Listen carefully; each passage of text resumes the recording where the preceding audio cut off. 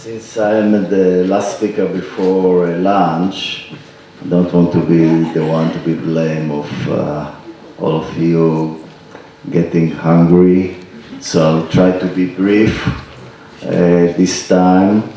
I'll say a few words, and then if you have any questions concerning the future of the Middle East, how we can achieve peace, stability, tranquility, just let me know.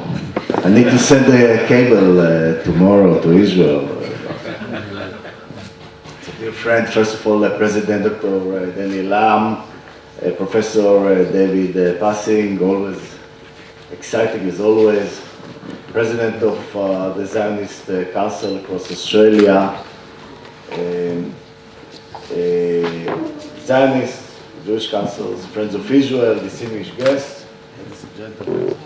First of all, it's a pleasure, really, it's a real pleasure and an honor to be here with you today at the 2017 ZFA Plenary Conference, which brings together so many friends, true friends, from a broad variety of Jewish and Zionist organizations around Australia.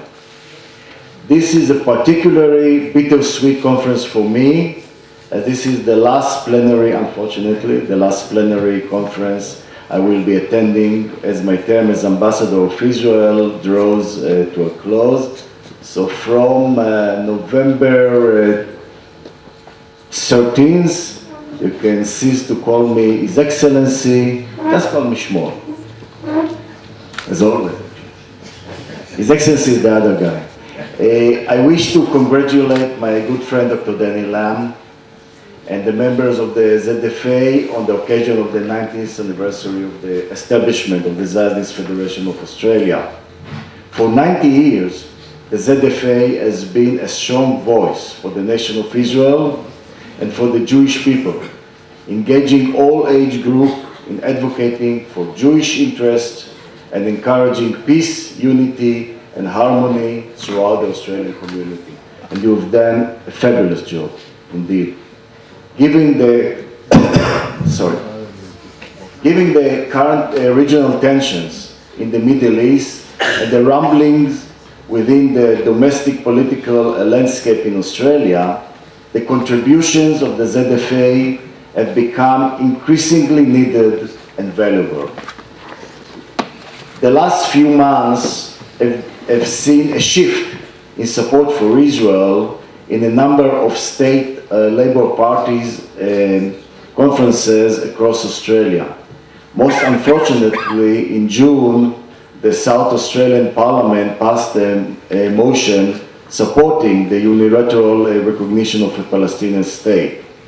Following this, the State Labour conferences in Queensland, New South Wales, and the ACT and Western Australia saw similar motions being passed, all with the explicit intent of pressuring a future federal Labour government to unilaterally recognize a Palestinian state, despite their failure to meet the international legal requirements of statehood.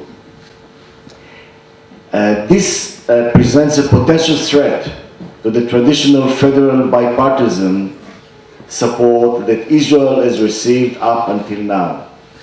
Australia has always been a firm supporter of peace and unity, something to be hoped for and to be worked towards in the Middle East. Really one of our best friends in the world, historically and definitely in the last few years. And we have seen it during the really unprecedented and really historic visit of Prime Minister Netanyahu here in Australia. Most unfortunately, the support of unilateral recognition is not a stepping stone to peace in the region, but a step to the subversion of the peace process.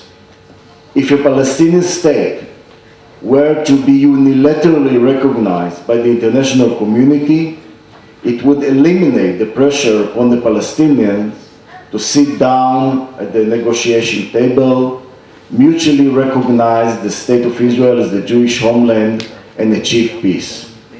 This is something that the Palestinians know well, which accounts for their lobbying and campaigning internationally for unilateral recognition.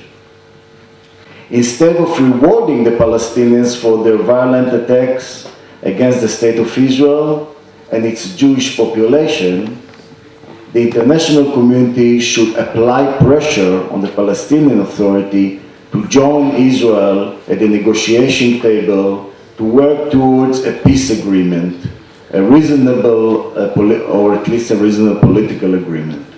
The two-state solution will not work unless peace is at its foundation. In light of this, it is important now to focus on spreading the facts about the need for a concrete peace deal between Israel and the Palestinians and the risk of instability involved in unilaterally recognizing a rogue, hate-fueled governing authority such as the PA, which powers its battle for independence by using international aid money to pay incentives to terrorists. In times like this, it is comfort to Israelis like me to know that we have firm friends to speak up for us within the Australian community.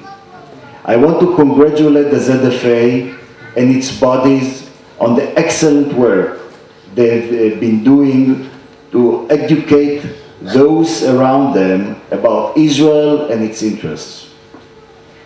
I also want to encourage you, just as you encourage me, to continue boldly supporting peace for the Jewish homeland and all who live in it. I want to extend my best wishes to the ZFA for a prosperous and successful 90s years, and I hope to be invited to 90 years from now to the 30 years from now for the 120 years a birthday of the Zionist Federation. And since I assume that Danny in 30 years will still be the president, please don't forget me. Please don't forget me. I'll do my best to come over. Yes. Oh, and I've seen that Merav Michaeli MK has just arrived, so thank you, Merav, for coming. You came to a wonderful group, really. This is one of the best Jewish communities in the world, if not the best Jewish community. Yes, I'm not exaggerating.